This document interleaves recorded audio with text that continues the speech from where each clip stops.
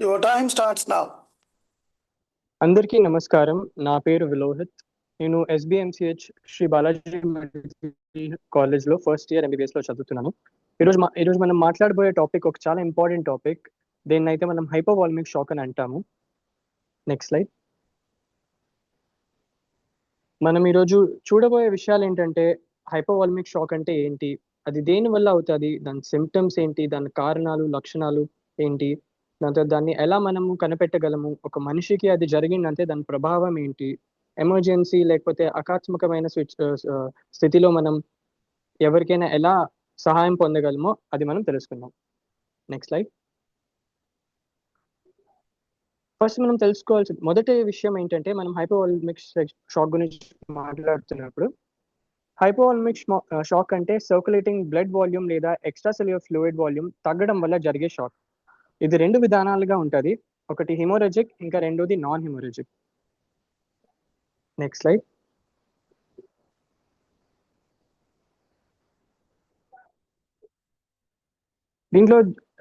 ఇందులో చాలా విషయాలు జరుగుతాయి. దీని పాథోఫిజియాలజీ గురించి మనం మాట్లాడుకుంటే బ్లడ్ వాల్యూమ్ తగ్గుతుంది ఫస్ట్. దాని తర్వాత వీనస్ రిటర్న్ తగ్గిపోతుంది. వీనస్ రిటర్న్ తగ్గడం వల్ల స్ట్రోక్ వాల్యూమ్ కూడా తగ్గిపోతుంది. ఇంకా స్ట్రోక్ వాల్యూమ్ తగ్గడం వల్ల కార్డియాక్ అవుట్పుట్ అనేది తగ్గుతుంది. కార్డియాక్ అవుట్పుట్ తగ్గడం వల్ల బ్లడ్ ప్రెషర్ చాలా తగ్గిపోతుంది. బ్లడ్ ప్రెషర్ తగ్గితే టిష్యూ పర్ఫ్యూజన్ తగ్గిపోతుంది. టిష్యూ పర్ఫ్యూజన్ తగ్గడం వల్ల ఆక్సిజన్ సప్లై సరిపోదు. ఇంకా మన సెల్స్ ఇంకా అన్ని విషయాలు సరిగ్గా నడవాలంటే ఆక్సిజన్ సప్లై చాలా ఇంపార్టెంట్, చాలా ముఖ్యమైనది. సో ఆక్సిజన్ తగ్గిపోవడం వల్ల ఎనారోబిక్ మెటబాలిజం వల్ల సెల్స్ చనిపోతాయి. దీనివల్ల లాక్టిక్ యాసిడ్ అక్యూములేట్ అయ్యి మెటబాలిక్ అసిడోసిస్ డెవలప్ అవుతుంది. సివియర్ స్టేజ్లో ఆర్గన్ కూడా డిస్ఫంక్షన్ అవడం స్టార్ట్ అవుతుంది. దీని కంపెన్సేటరీ మెకానిజమ్స్ గురించి మాట్లాడితే బాడీ ఇమీడియట్గా బీపీని మెయింటైన్ చేయలేకపోవడం వల్ల మన బాడీ కొద్దిగానే దాన్ని మెయింటైన్ చేయడానికి ట్రై చేస్తుంది. ట్రాకీకార్డియా డెవలప్ అవుతుంది. మళ్ళీ పెరిఫెరల్ వెసోకాన్స్ట్రిక్షన్ జరుగుతుంది. రెనిన్, యాంజియోటెన్సిన్, అల్డోస్టెరాన్ సిస్టమ్ కూడా యాక్టివేట్ అవుతాయి. ఇంకా యాంటీ డయాక్యూరేటిక్ హార్మోన్స్ అవన్నీ రిలీజ్ అవుతాయి. ఇవన్నీ కలిసి బ్లడ్ ప్రెషర్ని కొంచెం మెయింటైన్ చేయడానికి హెల్ప్ అవుతుంది. అది అలా సహాయం చేయడం వల్ల చాలా సివియర్ బ్లడ్ లాస్ ఉంటే కంపెన్సేషన్ సరిపోదు. బ్లడ్ ప్రెషర్లో జరిగే చేంజెస్ ఏంటంటే ఎర్లీ స్టేజ్లో బ్లడ్ వాల్యూమ్ తగ్గడం స్టార్ట్ అవుతుంది. కార్డియాక్ అవుట్పుట్ కొంచెంగా తగ్గుతుంది, కానీ బాడీ మాత్రం అది కంపెన్సేట్ చేసేసుకుంటుంది. బీపీ ఎలా ఉంటుందంటే సిస్టాలిక్ బ్లడ్ ప్రెషర్ చాలా నార్మల్గా లేదా కొంచెం తగ్గుతుంది, కానీ డయాస్టాలిక్ బీపీ కొంచెం పెరిగిపోవచ్చు. పల్స్ ప్రెషర్ అయితే తగ్గిపోతుంది. ఇది జరగడానికి ముఖ్యమైన కారణం ఏంటంటే పెరిఫెరల్ వెసోకంట్రిక్షన్ వల్ల డయాస్టాలిక్ ప్రెషర్ మెయింటైన్ అవ్వదు. ఇది ఎంత సమయం కోసం అవుతుంది అనేది మనం తెలుసుకోవాలంటే సో నెక్స్ట్ స్లైడ్.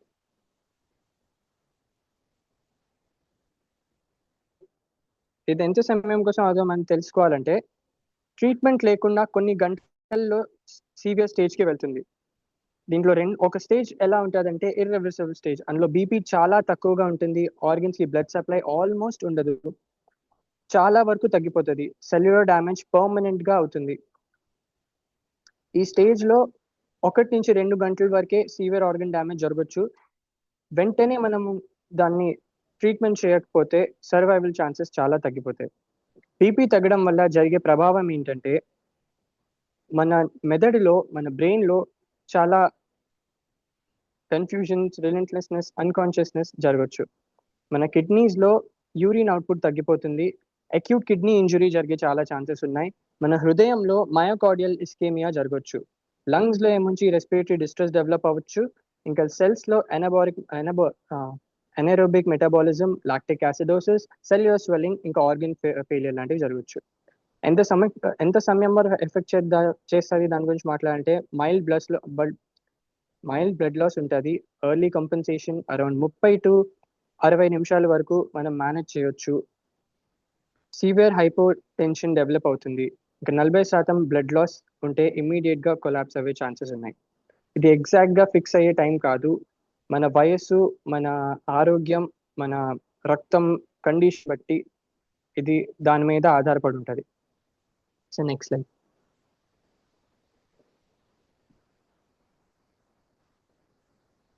హైపోవాల్మిక్ స్ట్రెస్ కి వేరే వేరే ప్రధానాలు ఉంటాయి, అంటే స్టేజెస్ అన్నమాట.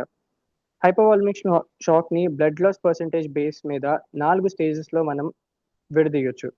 మొదటి దాంట్లో బ్లడ్ లాస్ 15% కంటే తక్కువ ఉంటుంది. అంటే 750 ml అడల్ట్ లో, అంటే పెద్దవాళ్ళలో. ఇంకా చేంజెస్ ఎలా ఉంటాయంటే దాంట్లో జరగబోయే కారణాలు, విచిత్రాలు ఏంటంటే మన గుండెపోటు నెమ్మదిగా పెరుగుతుంది. బ్లడ్ ప్రెషర్ నార్మల్ గా ఉంటుంది. చాలా పల్స్ ప్రెషర్ ఏముంచి ఎలా ఉండేదో అలానే ఉంటది. కానీ యూరిన్ అవుట్‌పుట్ మాత్రం నార్మల్‌గా ఉంటది. పేషెంట్ ఏముంచి చాలా అలర్ట్‌గా ఉంటాడు. ఈ స్టేజ్‌లో బాడీ చాలా బలంగా ఉంటది. కానీ అదే మనం రెండవ స్టేజ్‌కి వెళ్తుంటే బ్లడ్ లాస్ అనేది 15-30% పెరిగిపోద్ది. 750-1500 ఎంఎల్ వరకు పెరిగిపోతుంది. టాకీకార్డియా చాలా క్లియర్‌గా ఉంటుంది. 100 బీట్స్ పర్ నిమిషాల కంటే ఎక్కువలో ఉంటది. ఇంకా సిస్టాలిక్ బ్లడ్ ప్రెషర్ గురించి మనం మాట్లాడితే అది చాలా నార్మల్‌గా ఉంటది. గానీ పల్స్ ప్రెషర్ తగ్గిపోతుంది. రెస్పిరేటరీ బ్రీత్లెస్‌నెస్, యూరిన్ అవుట్‌పుట్ కొంచెంగా తగ్గుతాయి. స్టేజ్ 3లో అంటే మూడవ స్టేజ్‌లో మనం వెళ్తే బ్లడ్ లాస్ 30-40% 1500-2000 ఎంఎల్‌కి తగ్గిపోద్ది. అండ్ దాని తర్వాత వేరే చేంజెస్ గురించి మాట్లాడితే చాలా ఎక్కువ టాకీకార్డియా జరుగుతుంది. హైపోటెన్షన్ పెరుగుతుంది. యూరిన్ అవుట్‌పుట్ చాలా వరకు తగ్గిపోతుంది. చలి వేయడం, మన చర్మం ఏముంచి ఇంకా చల్లపడిపోవడం అలాంటివి జరుగుతాయి. బ్లడ్ సప్లై లేకపోవడం వల్ల టిష్యూస్‌కి సరైన బ్లడ్ సప్లై వెళ్ళకపోవడం వల్ల అది చేసే పని తను చేయలేదు. ఎందుకంటే అవసరమైన బ్లడ్ సప్లై లేకపోతే ఏ టిష్యూ అయినా, ఏ సెల్ అయినా, ఏ ఏ ఆర్గాన్ అయినా పనిచేయడం మానేస్తది. అదే మనం 4వ స్టేజ్ అంటే స్టేజ్ 4కి వెళ్తే బ్లడ్ లాస్ ఏముంచి 40% కంటే ఎక్కువ పోతుంది. ఇంకా 2000 ఎంఎల్ కంటే ఎక్కువ బ్లడ్ లాస్ జరిగే సంఘటనలు ఉన్నాయి. ఇంకా దాంట్లో జరిగే మార్పులేంటంటే హైపోటెన్షన్ చాలా ఎక్కువుంటది. పల్స్ చాలా వీక్ అయిపోతది. మనిషి ఏముంచి మెదడు వాడలేడు. యూరిన్ ఏముంచి ఆల్మోస్ట్ అంటే మొత్తం మీదుగా తగ్గిపోతుంది. చాలా వరకు ఆర్గన్ ఫెయిల్యూర్ జరిగే ప్రమాదం ఉంది. ఇందులో వెంటనే మనం ట్రీట్మెంట్ లేకపోతే చేయకపోతే అది ఒక ప్రాణానికే ప్రమాదకరమైన సిట్యుయేషన్ రావచ్చు. సో నెక్స్ట్ టైం దీంట్లో మనం మాట్లాడుకునే విషయాలు ఏంటంటే హైపోవాల్యూమిక్ షాక్ అనేది ఒక సర్క్యులేటరీ షాక్ కి ఒక భాగం. ఇందులో హైపోవాల్యూమిక్, కార్డియోజెనిక్, డిస్ట్రిబ్యూటివ్ షాక్ అని వేరేగా ఉంటాయి. ఇంట్లో మనం ఇదంతా ఆధారపడేది ప్రీలోడ్ ఇంకా ఆఫ్టర్ లోడ్ మీద. హైపోవాల్యూమిక్ షాక్ లో ప్రీలోడ్ తక్కువగా ఉంటుంది. కార్డియాక్ అవుట్పుట్ చాలా ఎక్కువగా ఉంటుంది. దానివల్ల ఆఫ్టర్ లోడ్ అనేది కూడా చాలా పెరిగిపోద్ది. దీన్ని మనం సరి చేయాలంటే ఐవీ ఫ్లూయిడ్స్ లాంటివి వాడాల్సి వస్తుంది. అదే మనం కార్డియోజెనిక్ షాక్ గురించి మాట్లాడుకోవాలంటే ప్రీలోడ్ మరీ ఎక్కువగా ఉంటుంది. ఇంకా కార్డియాక్ అవుట్పుట్ చాలా తగ్గిపోద్ది. ఇందువల్ల ఆఫ్టర్ లోడ్ పెరిగే సంఘటనలు ఎక్కువ ఉన్నాయి. ఇంకా దీన్ని మనం సరిపెట్టుకోవాలంటే ఇండోరోటోప్స్ రివాస్కులరైజేషన్ అనే విధానాన్ని మనం వాడుకోవాలి. ఇంకా డిస్ట్రిబ్యూటివ్ షాక్ లో కూడా జరిగింది ఇదే. So next slide.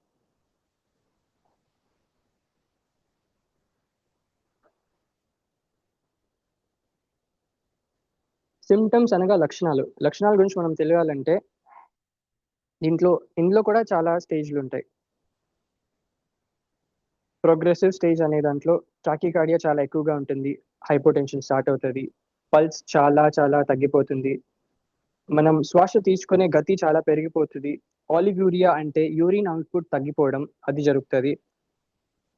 మన క్యాపిలరీస్ లో బ్లడ్ రీఫిల్ అయ్యే టైం, మన సమయం చాలా తగ్గిపోతుంది. చాలా డిలే అవుతుంది. హైపోవాల్యూమిక్ షాక్ అంటే సర్క్యులేటింగ్ బ్లడ్ వాల్యూమ్ లేదా బాడీ ఫ్లూయిడ్స్ తగ్గడం వల్ల జరుగుతుంది. దీనికి కారణాలు చాలా అవ్వచ్చు. So next slide. దీనికి కారణాలు చాలా అవ్వచ్చు. మొదటిది హీమోరజిక్ కాజ్. ఇవి డైరెక్ట్ గా రక్తం నష్టం జరిగే కండిషన్స్. ఇందులో ట్రామా, ఎలా అయితే మన రోడ్డు మీద జరిగే ప్రమాదాలు, యాక్సిడెంట్లు, దెబ్బలు తగలడం దాని వల్ల జరగచ్చు. లేదా సర్జరీ అనగా ఎక్సెసివ్ చాలా వరకు మన రక్తం పోవడం వల్ల, బ్లడ్ లాస్ జరగడం వల్ల, లేకపోతే గ్యాస్ట్రో ఇంటెస్టినల్ బ్లీడింగ్ అంటే మన అల్సర్స్ కానీ వెరిసెస్ కానీ వచ్చే ఛాన్సెస్, అలాంటి ప్రమాదం ఉంటుంది. పోస్ట్ పార్టమ్ హెమోరేజ్ అయ్యే ఛాన్సెస్ ఉంటాయి. ఇంటర్నల్ బ్లీడింగ్ అనగా మన శరీరం లోపలే రక్తం చాలా వరకు మిగిలిపోవడం, రప్చర్డ్ స్ప్లీన్, ఎక్టాపిక్ ప్రెగ్నెన్సీస్ వల్ల కూడా జరగచ్చు. ఈ కేసులో చాలా వరకు బ్లడ్ లాస్ జరుగుతుంది కాబట్టి షాక్ ఏముంచి ఫాస్ట్గా చాలా వేగంగా కనపడుతుంది. రెండో గురించి మాట్లాడదామంటే నాన్ హెమరేజిక్ కాజెస్. అందులో ఏంటంటే మన ఫ్లూయిడ్ లాస్ చాలా వరకు పెరిగిపోతుంది. ఇవి రక్తం కాదు కానీ బాడీ ఫ్లూయిడ్స్ ఎక్కువగా నష్టం అవుతాయి. చాలా వరకు వాంతులు జరుగుతాయి, పొట్ట నొప్పి, డైరియా, పొట్ట మంట, అంటే ప్లాస్మా తక్కువ అవడం వల్ల బర్న్స్ అనమాట. చాలా వరకు చెమటలు వస్తాయి, అంటే స్వెట్టింగ్ అవుతుంది. ఇంకా డీహైడ్రేషన్ చాలా ఉంటుంది. ఇంకా మన ఇంటెస్టైన్స్ లో ఆగిపోతాయి, ఫ్లూయిడ్స్ ఫిక్సేషన్ ఏముంచి ఆగిపోతుంది. ఇవి నెమ్మదిగా కనిపిస్తాయి కానీ చాలా వరకు ప్రమాదకరంగా ఉండొచ్చు. Sir next slide. ఇప్పుడు మనం మాట్లాడుకునే విషయం నుంచి అందరికన్నా ముఖ్యమైనది, ఒక మనిషికి హైపోవాలమిక్ షాక్ వచ్చింది అని తెలియడానికి మనం చేయాల్సింది ఏంటంటే మనం అది ఎలా కనిపెట్టాలి అంటే డయాగ్నోసిస్ ఇంకా టెస్ట్. హైపోవాలమిక్ షాక్ ని మనం మెయిన్లీ క్లినికల్ డయాగ్నోసిస్ లో చేస్తాం. ఒక health care provider physical examination అంటే మన మనల్ని టెస్ట్ చేసి అది చెప్తారు. డాక్టర్ ఏముంచి మొదటిగా వచ్చి మనల్ని చూసి అబ్జర్వ్ చేసే విషయం ఏంటంటే మన హైపోటెన్షన్, టాకికార్డియా, లేదా మన చర్మం, మన స్కిన్ ఏముంచి చల్లగా ఉందా, కోల్డ్ క్లామీ స్కిన్ లాంటిది ఉంటే అది ముందు వాళ్ళకి చేస్తారు. బ్లడ్ టెస్ట్లు అవుతాయి. ఎలక్ట్రోకార్డియోగ్రామ్ నుంచి అంటే మన ఈసీజీ, ఇంకా దాంతో ఇస్కోకార్డియోగ్రామ్ అంటే మన కుడి వైపు ఉన్న రైట్ హార్ట్ క్యాథెటరైజేషన్ లో జరుగుతుంది. దాని తర్వాత ఒలిగ్యూరియా అంటే మన యూరిన్ అవుట్పుట్ ఎంత ఉంటుందో దాన్ని బట్టి.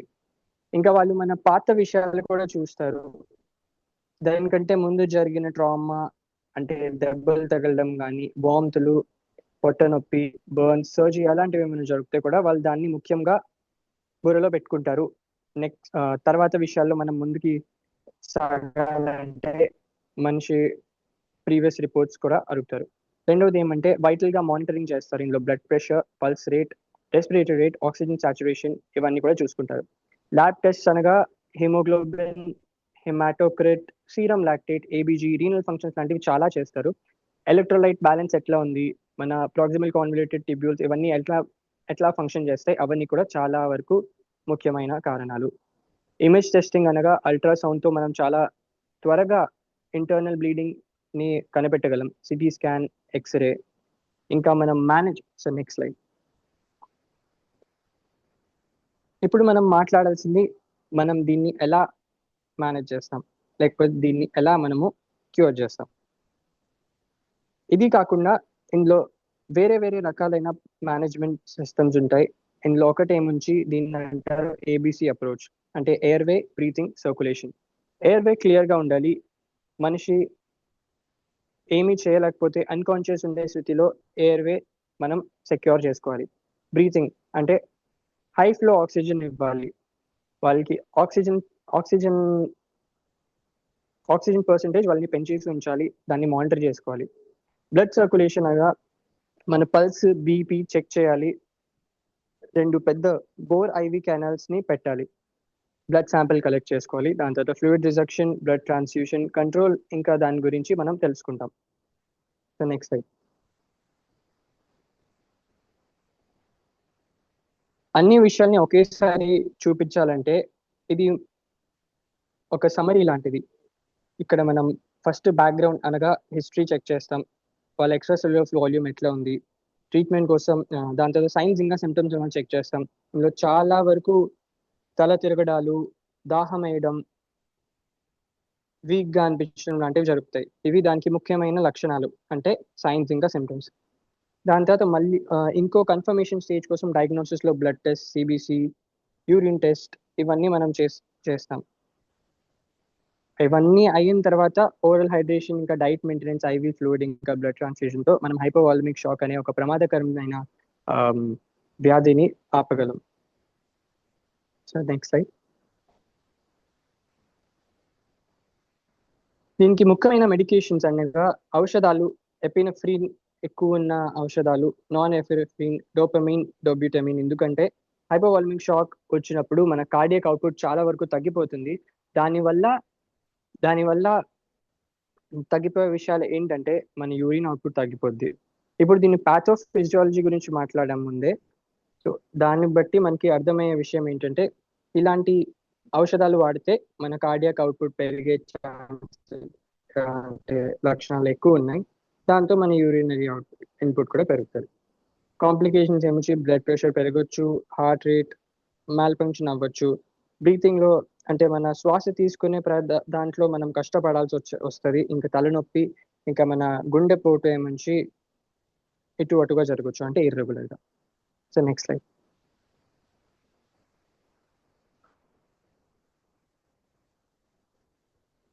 అవుట్లుక్ ప్రోగ్నోసిస్ అంటే దీని గురించి నేను ముందే చెప్పాను.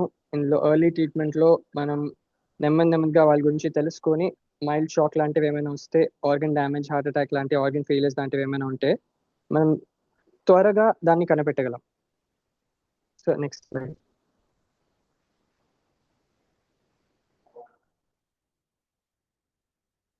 దీన్ని ఎలా ఆపుకోవాలో అనేది మన ముఖ్యమైన విషయం.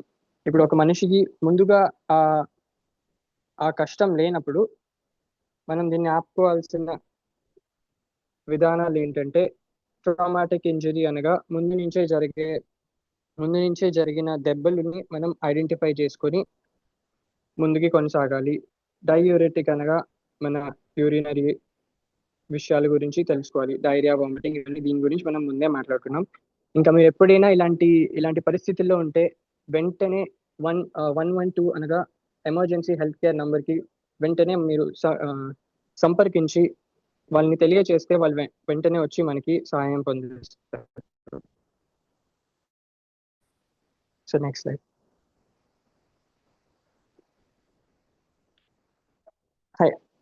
ఇది ఒక సమరీ లాంటిది. ఇప్పుడు మనం ఇప్పటి వరకు మాట్లాడుకునే విషయాల గురించి ఇక్కడ చెప్పాను. హైపోవాల్మిక్ షాక్ ఒక పెద్ద మెడికల్ ఎమర్జెన్సీ.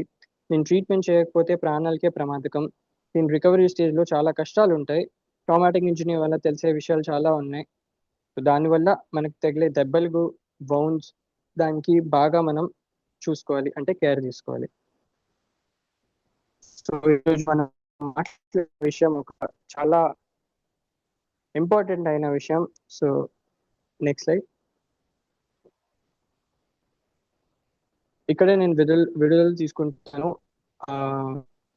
మీకు బాగా అర్థమైందని అనుకుంటున్నాను. ధన్యవాదములు.